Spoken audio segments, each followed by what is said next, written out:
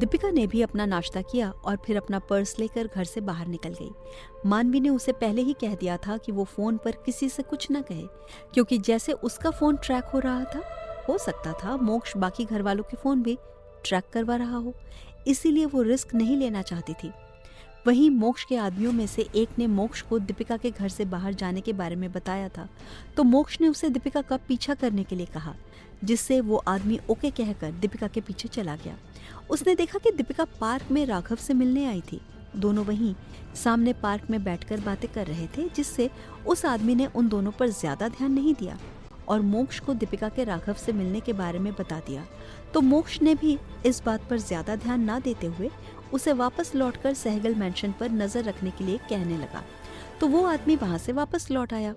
वहीं उसके जाने के बाद दीपिका ने सारी बातें राघव को बता दी, साथ ही मानवी के प्लान के बारे में भी।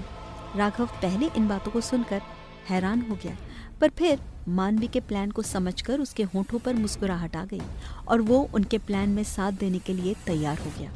उसी रात राघव ने मानवी के प्लान की शुरुआत करते हुए मोक्ष के सभी आदमियों को अपने हायर किए हुए आदमियों से किडनैप करवा लिया। उसके बाद चुपके से बैल्कनी से होते हुए एक आदमी के साथ मानवी के रूम में पहुंच गया, जहां मानवी और दीपिका पहले से ही चुपचाप उसका इंतजार कर रही थी।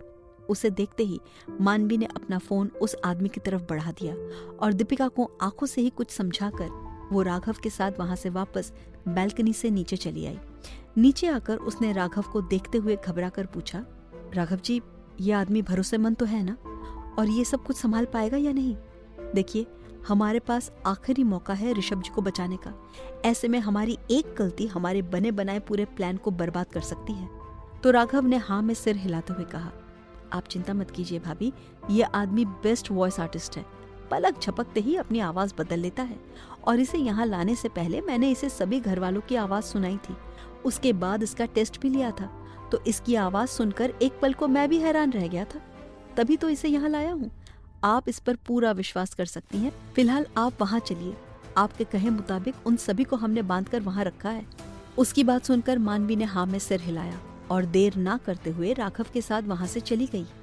तभी वे दोनों घर के पीछे वाले आउट हाउस के पास आए, जहाँ मोक्ष के सभी आदमियों को राघव के आदमियों ने बांध कर रखा था। जैसे ही उन लोगों की नजर मानवी पर पड़ी जो उनकी तरफ आ रही थी, वे गुस्से में उसे देखने लगे। मानवी ने उनके पास आकर सीधे शब्दों में कहा, मोक्ष अपने साथ काम करने के लिए तुम्हें कितने पैसे देता है? तो उनमें से एक आदमी जो उन सभी का लीडर था, वो मानवी को देखते हुए गुस्से में बोला, तुम्हें इससे क्या मतलब हाँ, कि वो हमें कितने पैसे देता है या कितने नहीं? तुम बस अपने आप से मतलब रखो और चुपचाप हमें छोड़ दो, वरना बॉस को तुम्हारी इस हरकत के बारे में पता चला ना, तो उन्हें एक सेकंड भी नहीं लगेगा उस बुढ़िया को मौत के दर्शन करवाने में। इसीलिए अपनी और उनकी भलाई चाहती हो तो चुपचाप हमें छोड़ दो। उसकी बात सुनकर मानवी को बहुत गुस्सा आया था, पर अक्सर इंसान गुस्से में जोश में आकर अपने होश खो बैठता था, पर वो यहाँ ऐसा नहीं कर सकती थी। उसे जितना हो सके समझदारी और शांति से काम लेना था। इसीलिए उसने आंखें बंद करके अपने गुस्से को काबू किया था और शांति से उनसे साफ शब्दों में कहा, देखो, मैं घुमा फिरा कर बात नहीं करूंगी। मोक्ष तुम्हें जितने पैसे देता है, मैं उससे तुम्हें दुगुने तिगुने पैसे दूंगी। बस तुम उसका साथ छोड़कर मेरा साथ दो। उसकी बात सुनकर मोक्ष के सभी आदमियों की आंखें बड़ी हो गईं और सभी एक दूसरे को देखने लगे। तभी उनके लीडर ने फिर से मानवी को देखते हुए कहा, प्लान तो बहुत अच्छा है तुम्हारा, लेकिन हमारे आगे काम नहीं करेगा। हमें तुम्हारी चाल समझ आ गई है कि तुम ज्यादा पैसों का लालच देकर हमें हमारे बॉस के खिलाफ करना चाहती हो, तो तुम्हारा ये ऑफर तुम्हें ही मुबारक। वैसे एक बात बताओ, तुम्हें ऐसा क्यों लगा कि हम पैसों के लालच में उनका साथ छोड़कर तुम्हारे साथ हो जाएंगे? तो मानवी गहरी सांस लेकर बोली, तुम लोग मुझे गलत समझ रहे हो। मैं तुम्हें उसके खिलाफ नहीं करना चाहती, बल्कि अपने पति और अपने बसे बसाए घर को बचाना चाहती हूँ। बस इसीलिए तुम सबसे मदद मांग रही हूँ, क्योंकि फैमिली और परिवार तो तुम लोगों का भी है, और उन पर कोई मुसीबत आए तो कैसा महसूस होता है, ये बात तुम सब भी महसूस कर सकते हो। और रही तुम्हें ज्यादा पैसों का लालच देना, तो इसकी सिर्फ यही वजह है कि मैं समझती हूँ कि तुम लोगों की जरूर कोई ना कोई मजबूरी रही होगी, इसीलिए तुमने इस जुर्म की दुनिया को चुना। बाकी अच्छी खासी रिस्पेक्टेबल जिंदगी कौन नहीं जीना चाहता। तुम लोग इस काली दुनिया में आए और गुंडागर्दी शुरू की, इसके पीछे वजह भी उतनी ही बड़ी होगी ना। बस इसीलिए मैं तुम लोगों की मदद करना चाह रही थी, ताकि अब की बार तुम लोग उन पैसों से अच्छी खासी एक इज्जतदार व्यक्ति की तरह इस समाज का हिस्सा बनकर रहो। मानवी की बात सुनकर सभी लोग खामोश हो गए और एक दूसरे की तरफ देखने लगे। आखिर उसने जो कहा था सच ही तो कहा था। कोई भी अपनी मर्जी से मुजरिम नहीं बनता, बल्कि मजबूरियां और परिस्थितियां उसे ऐसा बनने पर मजबूर कर देती थी। जब जिम्मेदारियां जरूरत से ज्यादा बढ़ जाए और सामने वाला उन्हें अपनी सारी कोशिशों के बाद भी पूरा न कर पा रहा हो, तो बाद में वो ना चाहते हुए भी गलत रास्ते निकल ही जाता था। ऐसे में कुछ लोग परिस्थितियों का डटकर सामना करते थे और अंत में जीत जाते थे, तो कुछ उन परिस्थितियों के आगे हार मानकर अपने घुटने टेक देते थे और निकल पड़ते थे उस राह पर जो उन्हें मुजरिम बनाने की राह पर ले जाती थी। ऐसे ही कुछ परिस्थितियां उनके जीवन में भी बनी थी, जिन्होंने आज उन्हें ऐसा बना दिया था। तभी उन लोगों में से एक आदमी बोला, ठीक है, मैं तुम्हारा साथ देने के लिए तैयार हूं, लेकिन अगर बाद में तुमने हमें धोखा देकर पुलिस से पकड़वा दिया तो हम तुम्हारा यकीन कैसे करें कि तुम्हारा काम होने के बाद तुम हमें जेल नहीं भेजोगी? तभी उसके बॉस ने उसे डांटते हुए कहा, ए, क्या कर रहा है? ये तो इस लड़की की मीठी मीठी बातों में आ रहा है। भूल मत, अगर मोक्ष सर को पता चला ना कि हम उनके खिलाफ जाकर इसकी मदद कर रहे हैं, तो वो हमें ना मार डालेंगे। तभी दूसरा आदमी उसे देखते हुए बोला, नहीं बॉस, वीरू सही तो कह रहा है। आखिर हम कब तक इस तरह जिल्लत भरी जिंदगी जीते रहेंगे? रोज वही पुलिस से डरकर भागना, कभी इसकी बेटी को किडनैप करना तो कभी उसकी बीवी को धमकाना। बस यही जिंदगी रह गई है हमारी। और अगर काम में सफल नहीं होते हैं तो बॉस की गाली अलग सुननी पड़ती है। इतने में भी उनका मन ना भरे तो जान तक देनी पड़ती है। और मैं अपने बीवी बच्चों को ऐसी जिंदगी नहीं देना चाहता हूँ जिसमें उन्हें हमेशा अपने पति और पिता को खोने का डर बना रहे। इसीलिए मैं भी इनका साथ देने को तैयार हूँ। बस अगर ये हमें पुलिस की तरफ से निश्चिंत करे तो, कि वो हमें जेल नहीं ले जाएंगे। तो मानवी ने उनकी बात पर मुस्कुराते हुए कहा, अरे अगर मुझे आप लोगों को पुलिस को देना होता तो कब का दे चुकी होती। यहाँ आपसे शांति से बैठकर बात नहीं कर रही होती। मैं सिर्फ अपने पति और अपने परिवार को सेफ रखना चाहती हूँ। बस इसी में आपकी मदद चाहिए, ना कि आप लोगों की मजबूरियों का फायदा उठाना चाहती हूँ, नहीं। मगर फिर भी अगर आपको ऐसा लगता है कि आगे चलकर मैं आपकी बात से मुकर जाऊंगी, तो आप उसी वक्त मेरी जान ले लीजिएगा। पर मेरा वादा है आपसे कि इस केस में कहीं भी आप लोगों का नाम भी नहीं आएगा। बस आप मोक्ष को पकड़वाने में मेरी मदद करिए। इतना कहकर उसने अपने आदमियों से उन लोगों को खोलने के लिए कह दिया। वहीं उन लोगों का बॉस भी अपने साथियों को मानवी का साथ देते देखकर उनके साथ हो गया था। तब सभी मानवी का साथ देने के लिए तैयार थे। तभी उनका बॉस खड़े होते हुए बोला, मैडम, आपके पति को जिसके खून में फंसाया जा रहा है वो लड़की जिंदा है और वो मोक्ष सर के साथ मिली हुई है। रोज उनसे मिलने आती है और दोनों आगे की प्लानिंग बनाते हैं। उसकी बात पर मानवी मुस्कुराने लगी।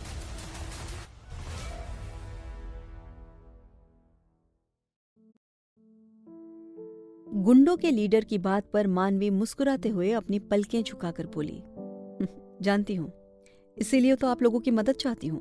मोक्ष अपना सच ऐसे ही किसी के सामने नहीं आने देगा, इसीलिए अब आप लोग जैसा वो कहे करते जाएंगे, लेकिन अब आप मुझ पर नजर रखने की जगह उस पर रखेंगे।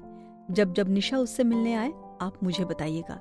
वही मोक्ष को हमेशा आपकी बातों से यही लगना चाहिए कि आप उसके साथ हैं। उसे किसी भी तरह आप पर शक नहीं होना चाहिए। तब तक मैं एसपी सत्यवीर खुराना को ये सारी बातें बता दूंगी, जिससे वो हमारे आगे की प्लानिंग में साथ दे पाए। उसकी बात पर सभी लोग हाँ में सिर हिलाते हुए वहां से चले गए और सब कुछ वैसे ही चलने लगा जैसे मोक्ष ने प्लान किया था। लेकिन असली खेल मानवी का शुरू हो चुका था। इन्हीं सब में कुछ दिन बीत गए थे। मानवी ने अपनी सारी प्लानिंग और सारा सच एसपी सत्यवीर खुराना को बता दिया था, जिसे सुनकर वो एक पल के लिए हैरान रह गए थे। पर जब मानवी ने उन्हें सारे सबूत दिखाए तब उन्हें उसकी बातों पर यकीन करना पड़ा और वो भी उसके प्लान में साथ देने के लिए तैयार हो गए। वहीं मोक्ष रोज अपने आदमियों को फोन करके मानवी और सभी परिवार वालों के बारे में पता करता रहता, तो उसके सभी आदमी उसे यही बताते कि मानवी घर में थी और वो कहीं बाहर नहीं गई। इन बातों को सुनकर मोक्ष को मानवी पर गुस्सा आ गया, क्योंकि उसने मानवी को जल्दी से जल्दी अपने पास आने को कहा था। इसी गुस्से में उसने मानवी को कई बार फोन किया तो घर पर मौजूद वॉइस आर्टिस्ट मानवी की आवाज में अपनी वॉइस को चेंज करके उससे बात करती। जिससे मोक्ष को कभी शक भी नहीं हुआ कि जिससे वो बात कर रहा था वो मानवी थी। वो मानवी थी ही नहीं। वही मानवी घर पर ना मौजूद होते हुए उसे पकड़ने के लिए प्लानिंग कर रही थी। और फाइनली वो दिन भी आया जिस दिन ऋषभ के केस की सुनवाई थी। उस दिन मानवी सुबह ही राघव के साथ मोक्ष के अड्डे पर जाने के लिए निकल गई थी। उसने एसपी सत्यवीर को भी इन्फॉर्म करके वहां पहुंचने के लिए बोल दिया था। वहीं मानवी ने मोक्ष के कुछ आदमियों से सुनैना जी को सेफली मोक्ष के अड्डे से निकालने के लिए कह दिया था।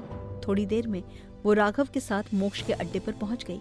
वहां जाकर वो मोक्ष के पास जाने की जगह एक तरफ जाकर छुप गई और किसी का इंतजार करने लगी। तभी उसे एक गाड़ी आती हुई दिखाई दी। वो गाड़ी रुकी और उसमें से निशा उतरकर बाहर आई और गुस्से में अंदर जाने लगी। उसे देखकर मानवी के होंठों पर शैतानी मुस्कुराहट आ गई और उसने राघव की तरफ देखकर थम्स अप का इशारा किया तो राघव भी मुस्कुरा उठा। दरअसल उसने मोक्ष के आदमी से कहकर चुपके से मोक्ष के फोन से निशा को मैसेज करवाया था कि वो इस डील को कैंसिल कर रहा था और वो ऋषभ को जेल जाने से नहीं बचाएगा, जिस वजह से निशा गुस्से में दंदनाती हुई उससे मिलने आई थी।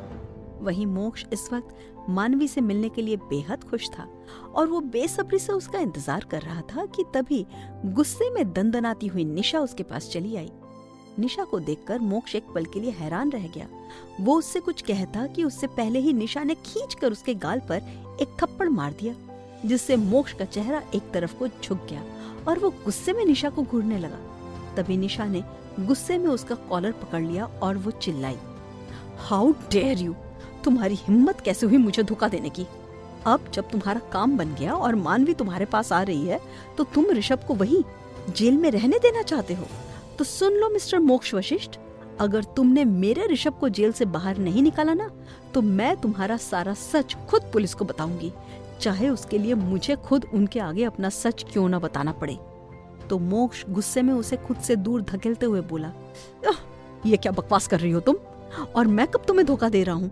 खुद ब खुद मनगढ़ंत कहानी बनाए जा रही हो और इल्जाम मुझ पर लगा रही हो। और तुम यहाँ आई कैसे?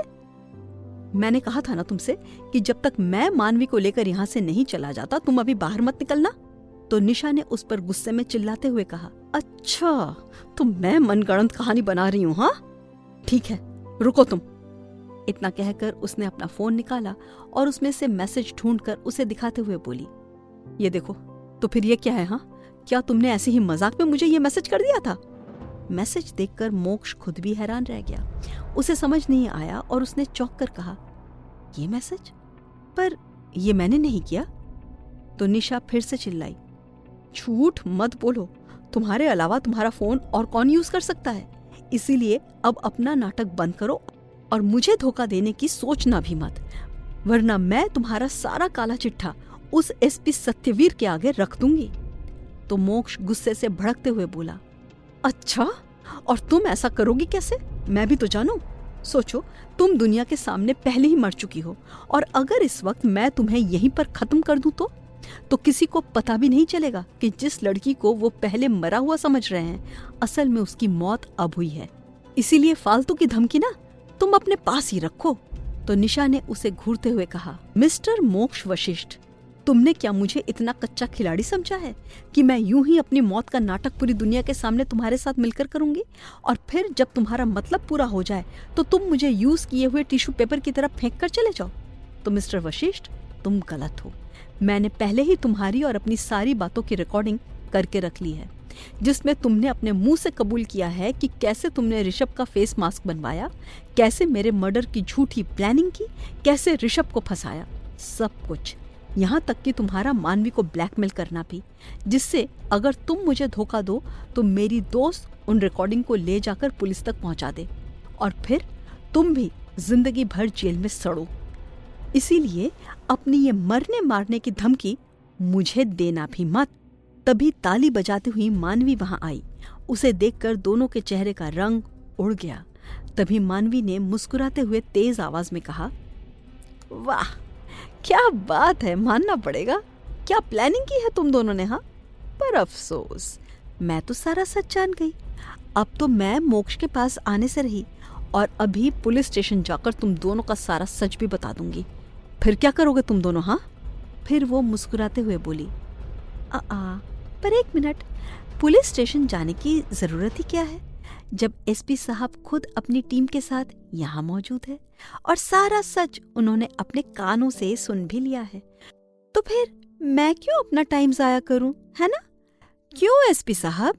इतना बोलकर उसने पीछे मुड़कर देखा तो एसपी साहब अपनी पूरी टीम के साथ वहां आ गए, जिसे देखकर निशा और मोक्ष हक्के बक्के रह गए।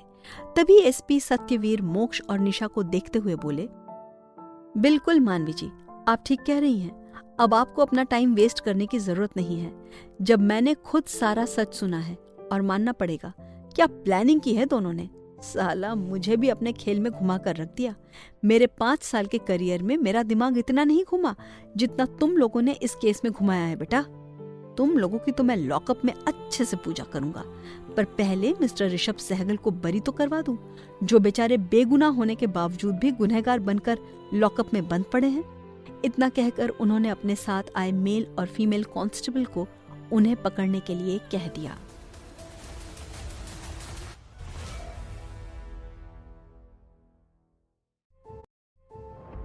एसपी सत्यवीर के कहने पर मेल और फीमेल कांस्टेबल मोक्ष और निशा को पकड़ने के लिए आगे बढ़ने लगे। तभी मोक्ष ने तुरंत अपने आदमियों से कहा, अबे हमला करो इन लोगों पर उसकी बात सुनकर कोई भी आगे नहीं आया। सभी अपनी जगह पर चुपचाप खड़े रहे। ये देखकर मोक्ष हैरान रह गया। तभी मानवी हंसते हुए बोली, क्या हुआ, नहीं सुनी इन लोगों ने तुम्हारी बात? तो मोक्ष हैरानी से उसे देखने लगा। मानवी ने आगे कहा, सुनेंगे भी नहीं, क्योंकि अब ये तुम्हारे नहीं बल्कि मेरे साथ हैं। शायद तुमने ध्यान नहीं दिया, इनफैक्ट सोचा ही नहीं कि जब तुमने अपने फोन से वो मैसेज नहीं किया तो फिर किसने किया? और काकी भी तो यहाँ कहीं दिख ही नहीं रही है ना। तब जाकर मोक्ष का ध्यान इधर उधर गया जहाँ पर कुर्सी खाली थी। तब धीरे धीरे उसे मानवी का खेल समझ आने लगा, जिससे उसकी आंखें गुस्से से लाल होने लगी और वो गुस्से में मानवी को देखने लगा। तभी निशा खुद को फंसता देखकर मानवी की तरफ बढ़ गई और गुस्से में बोली, तुम्हारी वजह से मेरा ऋषभ मुझसे दूर हो गया और आज तुमने मेरा प्लान भी खराब कर दिया। अब तो तुम्हें मैं नहीं छोड़ूंगी। इतना कहकर वो मानवी को मारने ही वाली थी कि मानवी ने कसकर उसका हाथ पकड़ लिया और उसे नीचे की तरफ मोड़ दिया, जिससे निशा दर्द से चिल्ला उठी। तभी मानवी ने खींचकर उसे एक के बाद एक लगातार 4 थप्पड़ मार दिए। उसकी आंखों में देखते हुए गुस्से से कहा, मैंने तुम्हारी जैसी वाहियात औरत आज तक नहीं देखी जो अपनी ही मौत का झूठा नाटक करे। और क्या कहती हो तुम कि तुम ऋषभ जी से प्यार करती हो? हाँ, नहीं, तुम उनसे बिल्कुल प्यार नहीं करती। अगर तुम उनसे प्यार करती तो उनकी खुशी में खुश रहती, पर तुमने तो उन्हें जेल भेजने में कोई कसर नहीं छोड़ी। तुम सिर्फ एक ऐसी औरत हो जो पैसे और फेम के पीछे भागती है। पहले विक्रम जब तुम्हारे साथ था तो तुम ऋषभ जी को धोखा दे रही थी, उन्हें बर्बाद करना चाहती थी, और जब विक्रम ने तुम्हारा साथ छोड़ा तो तुम ऋषभ जी के पास आने लगी। क्यों? क्योंकि ये दोनों ही एक दूसरे को कड़ी टक्कर देते थे, और जब ऋषभ जी ने तुम्हें नहीं अपनाया तो तुम्हारा ईगो हर्ट हो गया और तुम उन्हें पाने के लिए ये सब करने लगी। लेकिन ध्यान रहे, बुराई कितनी भी ताकतवर क्यों ना हो, एक ना एक दिन अच्छाई से हार ही जाती है। इतना कहकर मानवी ने झटके से उसे छोड़ दिया, जिसके बाद पुलिस वालों ने मोक्ष और निशा को पकड़ लिया और उन्हें लेकर कोर्ट में चले गए। इतना कहकर मानवी खामोश हो गई और फिर सभी की तरफ देखते हुए बोली, बाकी सब तो आपको पता ही है। तो सभी अपने मुंह खोले हैरानी से उसे देखने लगे। तभी शिवानी बुआ हैरानी से बोली, तुमने अकेले घर में रहकर इतना सब कुछ कैसे कर दिया और हमें इसकी कानों कान तक खबर नहीं हुई? तो मानवी ने मुस्कुराते हुए कहा, बस आप सबका आशीर्वाद और प्यार मेरे साथ था, जिससे मुझे हर कदम पर आगे बढ़ने की हिम्मत मिली। बाकी फिर उसने दीपिका की तरफ देखा। अगर दीपिका नहीं होती तो मैं शायद इतना कुछ कर ही नहीं पाती। इन सब में इसने मेरा बहुत साथ दिया है। तो जानवी जी ने प्यार से दीपिका के सिर पर अपना हाथ फेर दिया, जिस पर दीपिका बस मुस्कुरा कर रह गई। तभी वर्षा मानवी को देखकर मुंह बनाते हुए बोली, हाँ तो उसमें थोड़ा बहुत मेरा भी साथ ले लेती तो मैं ना उस मोक्ष को ऐसा मारती कि मार मार कर उसकी चटनी बना देती, जिसके बाद वो तुम्हारे करीब आने से पहले 100 बार सोचता। इतना कहकर वो हाथों को आपस में मसलते हुए उस पल को इमेजिन करने लगी। तभी मानवी ने उसे चिढ़ाते हुए कहा, तभी तो तुम्हें बताकर ये रिस्क नहीं लिया। तो वर्षा कंफ्यूजन से उसकी तरफ देखने लगी। तभी मानवी आगे बोली, क्योंकि तुम्हारा मुंह एक बार खुलने के बाद बंद ही नहीं होता, हर वक्त बकबक बकबक करती रहती हो, और इस काम में हमें सबसे ज्यादा शांत रहने की जरूरत थी, जो तुमसे तो नहीं हो पाता, फिर पता नहीं क्या हो जाता। उसकी बात पर सभी मुंह दबाकर हंसने लगे। वहीं वर्षा मुंह फुलाकर उसे घूरने लगी। तभी ऋषभ ने उठते हुए कहा, आप लोग बातें कीजिए, मैं अपने रूम में जाकर फ्रेश होकर आराम करूंगा। इतना कहकर वो बिना मानवी की तरफ देखे वहां से चला गया। तभी दादी भी सभी को देखते हुए बोली, चलो अब तुम लोग भी जाकर थोड़ी देर आराम कर लो, तब तक डिनर तैयार हो जाएगा। फिर विशाल, राघव और उनकी माँ की तरफ देखते हुए बोली, और आप लोग खाना खाए बिना यहाँ से नहीं जाएंगे, ये मेरा ऑर्डर है। इतना कहकर वे वर्षा का सहारा लेते हुए अपने कमरे की तरफ चली गई। वहीं बाकी सब सिर हिलाकर रह गए। वहीं मानवी अपने कमरे में आई तो देखा ऋषभ रूम में नहीं था, लेकिन बाथरूम से पानी गिरने की आवाज आ रही थी। मतलब साफ था कि वो बाथरूम में था। तो मानवी थोड़ी देर के लिए बालकनी में जाकर उसके बाहर आने का इंतजार करने लगी। थोड़ी देर बाद जब वो अंदर आई तो उसने देखा ऋषभ बेड पर लेटा हुआ था और उसने अपने हाथ को मोड़कर अपनी आंखों पर रखा हुआ था। मानवी ने उस वक्त उसे डिस्टर्ब करना ठीक नहीं समझा और बाद में बात करने का सोचकर वहां से खुद फ्रेश होने के लिए बाथरूम की तरफ चली गई। वहीं उसके जाने के बाद ऋषभ ने अपनी आंखें खोलकर उसे देखा, फिर वापस से अपनी आंखें बंद कर ली। जब मानवी वापस आई तब तक वो नींद के आगोश में जा चुका था। तो मानवी थोड़ी देर के लिए वहीं सोफे पर पीछे सिर टिकाकर आंखें बंद कर बैठ गई। धीरे धीरे शाम से रात हो गई और डिनर तैयार हो गया। तो विशाल, राघव और उनकी माएं खाना खाकर अपने घर के लिए निकल गए।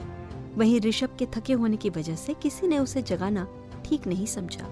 तो मानवी उसके लिए मावा वाला दूध लेकर ऊपर कमरे में चली आई। मानवी जब कमरे में आई तो उसने देखा ऋषभ बेड पर नहीं था, पर बालकनी का दरवाजा खुला हुआ था। तो उसने दूध को वहीं साइड टेबल पर रख दिया और बालकनी की तरफ चली आई।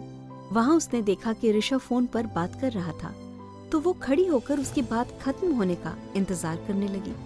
थोड़ी देर बाद बात खत्म करके ऋषभ ने फोन रख दिया। तो मानवी ने उसे देखकर पूछा, आप जग गए थे? तो फिर खाना खाने क्यों नहीं आए? ऋषभ उससे नजरें चुराते हुए बोला, हाँ वो भूख नहीं थी, तुमने खा लिया तो जाओ सो जाओ, रात बहुत हो गई है ना। इतना कहकर वो अंदर जाने लगा तो मानवी ने पीछे से उसका हाथ पकड़ लिया, जिससे ऋषभ के आगे बढ़े हुए कदम रुक गए। तभी मानवी उसके करीब आई और पीछे से उसके गले लग गई और अपनी आंखें बंद करके उसकी नजदीकी को महसूस करने लगी। वहीं ऋषभ का हाल भी उससे जुदा नहीं था। थोड़ी देर बाद मानवी ने वहां पसरी खामोशी को तोड़ते हुए कहा, मुझसे नाराज हैं आप? तो ऋषभ उसके हाथों को अपने पेट से हटाते हुए बोला, नहीं तो। इतना कहकर वो कमरे में जाने लगा तो मानवी उसे वापस पकड़ते हुए बोली, तो फिर मुझसे इतनी बेरुखी क्यों कि मेरी तरफ एक नजर देख भी नहीं रहे हो आप? क्या मैंने कुछ गलत किया, या फिर आप भी मेरा और मोक्ष का अतीत जानने के बाद मुझसे? तो ऋषभ ने उसके होठों पर अपनी उंगली रखकर उसे चुप कराते हुए कहा, ऐसा कुछ नहीं है, इसीलिए अपने दिमाग से ये फालतू की बातें तो निकाल दो। तुम्हारा अतीत जानने के बाद मुझे उससे कोई फर्क पड़ेगा या हमारे रिश्ते पर फर्क पड़ेगा? तो मानवी उसके हाथ को अपने होठों से हटाते हुए बोली, तो फिर मुझसे ये बेरुखी क्यों, ये नाराजगी क्यों? नहीं बर्दाश्त हो रहा मुझसे आपका ये बिहेवियर। तो ऋषभ ने उसे गले लगाते हुए कहा, मेरी ये नाराजगी, ये बेरुखी तुमसे नहीं बल्कि खुद से है कि क्यों मैं तुम्हारी परेशानियों को नहीं समझ पाया, क्यों मैं तुम्हें खुद पर इतना विश्वास नहीं दिला पाया कि तुम अपने अतीत को मुझसे शेयर कर सको। तो मानवी इस बार थोड़ा गुस्सा होते हुए बोली, आप जो सोच रहे हैं वो बिल्कुल गलत है। मैंने अपना अतीत आपसे शेयर नहीं किया, इसकी वजह ये नहीं है कि मैं आप पर विश्वास नहीं करती, बल्कि सच तो ये है कि मैं आप पर, आपकी मोहब्बत पर इतना विश्वास करती हूँ कि कभी जरूरत ही नहीं पड़ी आपको अपने अतीत से रूबरू करवाने की, क्योंकि आपने हमेशा मुझे ये विश्वास दिलाया कि मेरा अतीत चाहे कितना भी बुरा क्यों ना हो, वो कभी हमारे बीच की मोहब्बत को कम नहीं कर पाएगा। बस यही वजह है कि मैं फिर से आपको अपना अतीत बताते हुए उन बुरे लम्हों को नहीं जीना चाहती थी जो मुझे आज भी एक गिल्ट से भर देता है कि शायद अगर उस वक्त मैं वहां से ना भागकर मोक्ष से शादी कर लेती तो आज मेरी नानी जिंदा होती। इतना कहते कहते उसकी आंखों से आंसू बह निकले तो ऋषभ ने उसे फिर से गले लगा लिया। ऋषभ ने मानवी की पीठ पर अपनी पकड़ कसते हुए कहा, मुझे माफ कर दो मानवी, मैं तुम्हारी मुस्कुराहट के पीछे छुपे तुम्हारे अतीत के दर्द को नहीं पहचान पाया। इसी बात का मुझे सबसे ज्यादा गिल्ट है और खुद से नाराजगी भी कि मैं क्यों तुम्हारे बिना कहे तुम्हारे दिल की बातों को नहीं समझ पाया। यही वजह है कि मेरी तुमसे नजरें मिलाने की हिम्मत भी नहीं हो रही थी। इतना कहकर ऋषभ की आंखों में भी आंसू आ गए।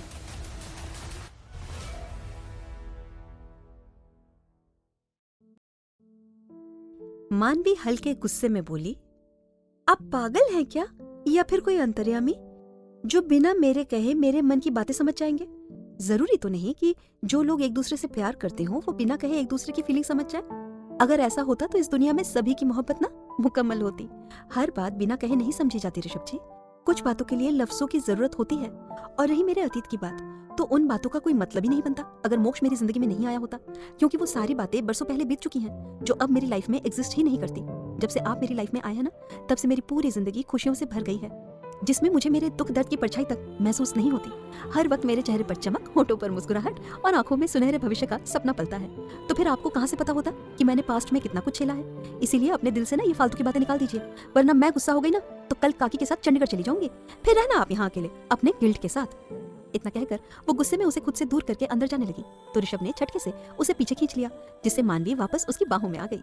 वहीं ऋषभ ने उसे कसकर गले लगाते हुए कहा, सॉरी ना, आज के बाद ऐसी बातें बिल्कुल भी नहीं करूंगा जिससे तुम्हें हर्ट हो। और हाँ, अब जो हुआ या पहले जो हो चुका है उसे मैं बदल तो नहीं सकता, लेकिन वादा कर सकता हूँ कि वो कभी फ्यूचर में तुम्हारे साथ दोबारा नहीं होगा, क्योंकि अब ऋषभ तुम्हारे साथ है और ऋषभ के होते हुए कोई उसकी मानवी को छू तक नहीं सकता। तो मानवी ने भी अपनी बाहें उसकी पीठ पर कस दी। दोनों कुछ पल वहीं एक दूसरे को महसूस करते रहे।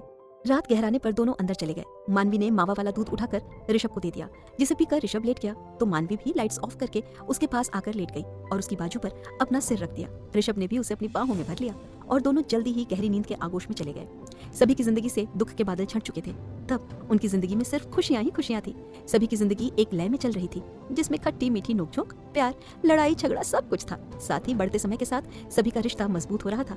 जहाँ ऋषभ और मानवी अपनी शादीशुदा जिंदगी में खुश थे, वहीं राघव, दीपिका, वर्षा, विशाल, इनका रिश्ता भी मजबूत डोर से जुड़ चुका था। धीरे धीरे समय का पंख लगाकर उड़ गया, पता ही नहीं चला और देखते ही देखते महीने बीत गए। ऋषभ ने अपनी कंपनी को एक बार फिर से उस मुकाम पर पहुंचा दिया था जैसी वो पहले थी। इस बीते हुए समय में एक बात ये हुई, पीयूष की दादी माँ की तबीयत खराब होने की वजह से उन्होंने पीयूष की जल्द से जल्द शादी करने की इच्छा जाहिर की। तो फिर पीयूष की माँ उसके लिए रिश्ता देखने लगी। तो पीयूष ने हिम्मत दिखाते हुए उन्हें सारा सच बता दिया और फिर पायल को प्रपोज कर दिया। वहीं पायल तो उसे पहले से ही पसंद करती थी। तो आनंद फानन में दोनों की जल्दी से कोर्ट मैरिज हो गई और दोनों शादी के बंधन में बंधते हुए एक दूसरे के हो गए, जिसके बाद दादी माँ भी खुशी से परलोक सिधार गई। वहीं कुछ समय और बीत जाने के बाद देखते ही देखते दीपिका की भी स्टडी कंप्लीट हो गई। तो तब उसकी शादी की बातें होने लगी, जिसके साथ ही शैलेंद्र जी और शिवानी जी ने वर्षा और विशाल की शादी भी तय कर दी, जिसका मुहूर्त भी पंडित जी ने 2 हफ्ते बाद का निकाल दिया, जिससे सभी बहुत खुश हुए और शादी की तैयारियां जोर शोर से चलने लगी। देखते ही देखते शादी की तैयारियों में वक्त कैसे बीता पता ही नहीं चला। उस दिन दीपिका और वर्षा की हल्दी थी, तो कल मेहंदी और संगीत, और परसों उनके हमसफर उन दोनों को हमेशा के लिए अपने साथ ले जाने के लिए आने वाले थे। दोनों ही अपनी शादी को और उसके बाद अपनी आगे आने वाली जिंदगी को लेकर बहुत खुश थी। हल्दी का प्रोग्राम बाहर गार्डन में रखा गया था, जिसमें दोनों की हल्दी होनी थी। थोड़ी देर में वर्षा और दीपिका गार्डन में आ गई और अपनी जगह पर आकर बैठ गई। उन्होंने येलो कलर के फ्लोरल लहंगे पहन रखे थे, जिस पर फ्लोरल ज्वेलरी कैरी की हुई थी, जिसमें दोनों बेहद खूबसूरत लग रही थी। तो सभी औरतें उन्हें देखकर मुस्कुराई और फिर उन दोनों को हल्दी लगाने लगी। तभी एक और औरत मानवी को देखते हुए बोली, अरे मानवी बेटा, इनका भाई कहाँ चुप कर बैठ गया? उसे भी तो बुला लो, आखिर उसका भी हक बनता है अपनी बहनों को हल्दी लगाने का। तो मानवी ने मुस्कुराते हुए कहा, जी आंटी जी, वो आज उनकी इंपॉर्टेंट मीटिंग थी ना, तो इसलिए कमरे में बैठकर उसे अटेंड कर रहे हैं। आप रुको, अगर वो फ्री हो गए हो तो मैं उन्हें अभी बुला कर लाती हूँ। इतना कहकर वो मुस्कुराती हुई वहां से चली गई। तो वो औरत भी उसे देखकर मुस्कुराने लगी। तभी जानवी जी ने उस औरत को देखते हुए पूछा, क्या हुआ रमा, मेरी बहू को देखकर मुस्कुरा क्यों रही हो? तो रमा ने मुस्कुराते हुए जवाब दिया, आज तेरी बहू के चेहरे की चमक कुछ अलग ही लग रही है। उसका चेहरा कुछ अलग ही दमक रहा है, जैसे पेट वाली औरतों का होता है ना, ठीक वैसा। इसीलिए उसे देखकर कुछ समझने की कोशिश कर रही थी। उसकी बात सुनकर जानवी जी पहले तो हैरान हुई, फिर उसका मजाक उड़ाते हुए बोली, अच्छा, तुझे तो हर किसी को देखकर ऐसा ही लगता है। जाने कितनी बार तेरा अंदाजा गलत निकला है। अब ये भी बता दे, मानवी को देखकर तुझे क्या समझ आया? तो रमा ने चिढ़ते हुए कहा, तुम लोगों को तो हमेशा मैं ही गलत लगती हूँ। एक दो बार मेरा अंदाजा गलत क्या हो गया, तुम लोग मुझे चिढ़ाने लगे, पर इस बार तुम देखना मेरा अंदाजा गलत नहीं है। अगर मैं सही हूँ ना तो देखना कुछ दिन बाद तुझे खुद ही पता चल जाएगा कि मानवी पेट से है, तब तुझे मेरी बातों पर यकीन होगा। तो जानवी जी हंसते हुए उनका हाथ पकड़कर उन्हें अपने साथ ले जाते हुए बोली, ठीक है देखते हैं, तब की तब देखी जाएगी। चलना अब पहले बच्चों को हल्दी तो लगा दे। इतना कहकर वो रमा को अपने साथ ले गई। वही मानवी सीढ़ियां चढ़कर ऊपर जा रही थी। अचानक उसका सिर घूम गया और वो गिरने लगी, पर उसने रेलिंग पकड़कर खुद को बचा लिया और फिर गहरी सांस लेकर वापस ऊपर जाने लगी। कुछ दिनों से उसे अपने अंदर अजीब सी वीकनेस और बेचैनी महसूस हो रही थी, लेकिन शादी की भागदौड़ की वजह से उसने इस बात पर ज्यादा ध्यान नहीं दिया, क्योंकि अक्सर शादी के माहौल में थकावट और बेचैनी हो जाती थी। ऊपर अपने कमरे में पहुंची तो देखा ऋषभ तब भी लैपटॉप पर बैठकर काम कर रहा था, तो मानवी दरवाजे से टिककर उसे देखने लगी। इन कुछ महीनों में ऋषभ भी काफी बदल गया था। उसकी आंखों पर मोटे फ्रेम का चश्मा लग गया था, जो कि दिन रात लैपटॉप पर काम करने की वजह से लगा था। क्लीन शेव रहने वाले ऋषभ की अपनी हल्की हल्की दाढ़ी निकल आई थी, जो उसे और भी मैच्योर लुक देती थी। उसके बालों का हेयर स्टाइल भी बदल गया था, जिस वजह से उसके आगे के कुछ बड़े बाल उसके माथे पर लहराते थे। कुल मिलाकर वो इस लुक में भी बेहद कातिलाना लग रहा था। तभी ऋषभ ने बिना उसकी तरफ देखे ही कहा, क्या वहीं खड़ी रहोगी, अंदर भी आओगी? हाँ, ये कमरा भी तुम्हारा है और पति भी, तुम्हारी पड़ोसन का नहीं है, जो तुम्हें पकड़े जाने का डर हो और छुप छुप कर देखना पड़े। तो अंदर आकर आराम से बैठकर देखो और जैसे देखना चाहो वैसे देखो। उसकी बात सुनकर मानवी हैरान रह गई और फिर सीधी खड़ी हो गई और अंदर आते हुए बोली, मैं कहाँ आपको देख रही थी, मैं तो आपका काम खत्म होने का इंतजार कर रही थी। वो नीचे सब लोग आपको बुला रहे हैं, दीपिका और वर्षा को हल्दी लगाने के लिए, तो काम खत्म हो गया हो तो आ जाइए नीचे, इंतजार हो रहा है आपका। इतना कहकर वो ऋषभ के सामने से होते हुए बेड की तरफ आ गई और वहां पर टेबल पर रखे जग में से गिलास में पानी भरकर पीने लगी। वहीं ऋषभ ने अपनी नजरें उठाकर उसकी तरफ देखा तो बिना पल के झपकाए उसे देखने लगा। उस वक्त मानवी ने डार्क येलो कलर की साड़ी पहनी थी, जिस पर पिंक और ग्रीन फ्लोरल वर्क हो रखा था, जो उस पर बेहद खूबसूरत लग रही थी। बालों का जूड़ा बनाकर उसमें गजरा लगाया हुआ था और कानों में छोटे झुमके डाल रखे थे। चेहरे पर ज्यादा मेकअप नहीं था, सिर्फ काजल और लिपस्टिक और मांग में भरा हुआ सिंदूर। फिर भी उसका चेहरा सोने की तरह दमक रहा था। वहीं मानवी तिरछी नजर से ऋषभ को देख रही थी। तभी ऋषभ उठकर उसके पास आया और मुस्कुराते हुए बोला, वाह, आज तो कमाल लग रही हैं आप मिसेस सहगल। किस पर बिजली गिराने का इरादा है आपका? हाँ,